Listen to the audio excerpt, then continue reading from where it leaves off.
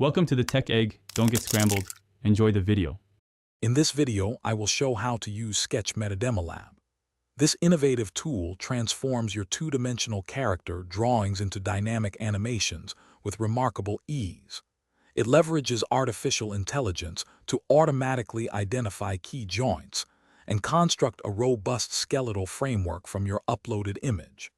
You can then effortlessly generate a foundational animation, bringing your static artwork to life in just a few simple steps. The platform is designed to accommodate a wide array of drawing styles and character concepts.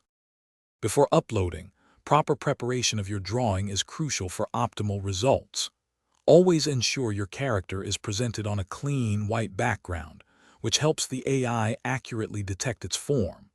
Use clear and distinct lines for all body parts, avoiding any ambiguity. It's best to exclude complex backgrounds or additional objects from your drawing.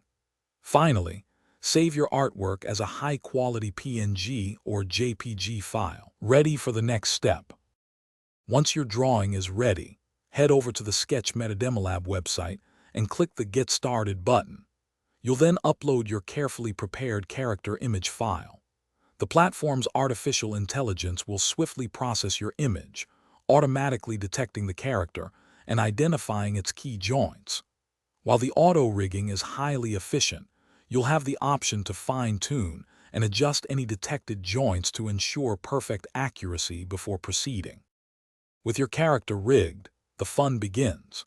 You can now select from a diverse library of preset animation options, instantly bringing your character to life. Take advantage of the preview feature to watch your character perform various actions and movements. Once satisfied, you can easily download your animated character as a GIF or a video file.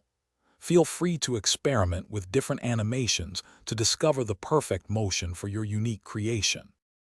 Thanks for watching. Consider subscribing if I helped unscramble your problems.